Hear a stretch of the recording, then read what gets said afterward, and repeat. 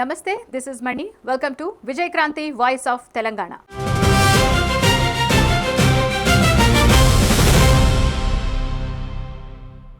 రాష్ట్రంలో చిత్రమైన పరిస్థితి నెలకొంది. రైస్ మిల్లర్లకు రాష్ట్ర ప్రభుత్వానికి మధ్య ఓ చిన్న సైజ్ వార్ నడుస్తోంది.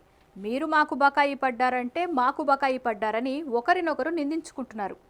రైస్ మిల్లర్లకు సర్కారు ఏం బకాయి పడ్డది? సర్కారుకు మిల్లర్లు ఏమివ్వాల్సింది? ఓసారి ఈ స్టోరీలో చూద్దాం. బకాయిలు చెల్లించండి మహాప్రభో, లబోదిబోమంటున్న రైస్ మిల్లర్లు. పుష్కర కాలంగా పేరుకుపోయిన వేల కోట్లు. మిల్లింగ్, రవాణా, డ్రైయేజ్, కస్టోడియన్ ఛార్జీలు పెండింగ్.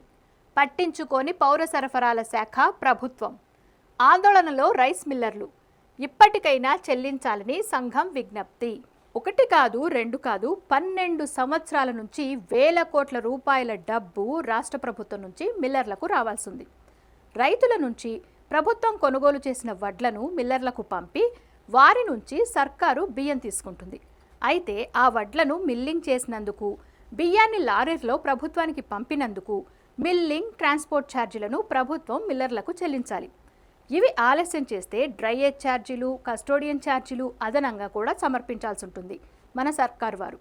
అయితే గడిచిన 12 ఏళ్లలో ఒక్క ఏడాది కూడా మిల్లర్లకు పూర్తి స్థాయిలో నిధులు అందలేదని తెలంగాణ రైస్ మిల్లర్ల అసోసియేషన్ చెబుతోంది. మొత్తంగా రాష్ట్రంలోని అన్ని మిల్లులకు కలిపి ప్రభుత్వం 3,000 కోట్ల రూపాయలు బాకీ పడిందని మిల్లర్లు వాపోతున్నారు. ఇక గడిచిన 3 ఏళ్లకు సంబంధించి 650 నుంచి 750 కోట్ల రూపాయల బకాయిలు పేరుకుపోయినట్లు చెబుతున్నారు. ఈ నిధులు వీలైనంత త్వరగా ఇవ్వకపోతే మిల్లులు మూతపడే దుస్థితి వస్తుందని వాళ్లు ఆందోళన వ్యక్తం చేస్తున్నారు. ఇదంతా ఇప్పటికిప్పుడు ప్రభుత్వం నుంచి మిల్లుకు వచ్చి వడ్లను బియ్యంగా మార్చి ప్రభుత్వానికి పంపిన వాళ్ల కథ. అయితే నాణ్యానికి మరోవైపు స్టోరీ కూడా ఉందండి.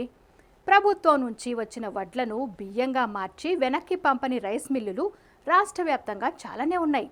ఇలాంటి రైస్ మిల్లులపై civil supplies vigilance enforcement raid చేస్తోంది. మిల్లులో బియ్యం ఉంటే వాటిని సీజ్ చేస్తోంది. కానీ కొన్ని చోట్ల బియ్యం లేకపోవడం, వాటి విలువకు సరిపడా డబ్బులు ప్రభుత్వానికి కట్టాలని నోటీసులు ఇస్తోంది. ఇక్కడ చూస్తే నిజామాబాద్, కామారెడ్డి జిల్లాలోనే రైస్ మిల్లర్ల నుంచి 400 కోట్ల రూపాయలు ప్రభుత్వానికి రావాల్సింది.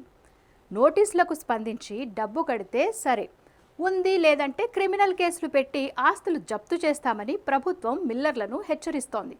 మరి చూడాలి సర్కార్ వర్సెస్ మిల్లర్ల మధ్య ఈ రగడ ఏ మలుపు తీసుకోబోతుందో. దీనివల్ల రైతులపై ప్రభావం పడే ఛాన్స్ కూడా లేకపోలేదు. మీరేమంటారు వ్యూవర్స్? మీ అభిప్రాయాలను కామెంట్స్ బాక్స్లో చెప్పండి. వీడియో నచ్చితే లైక్, షేర్ చేయండి.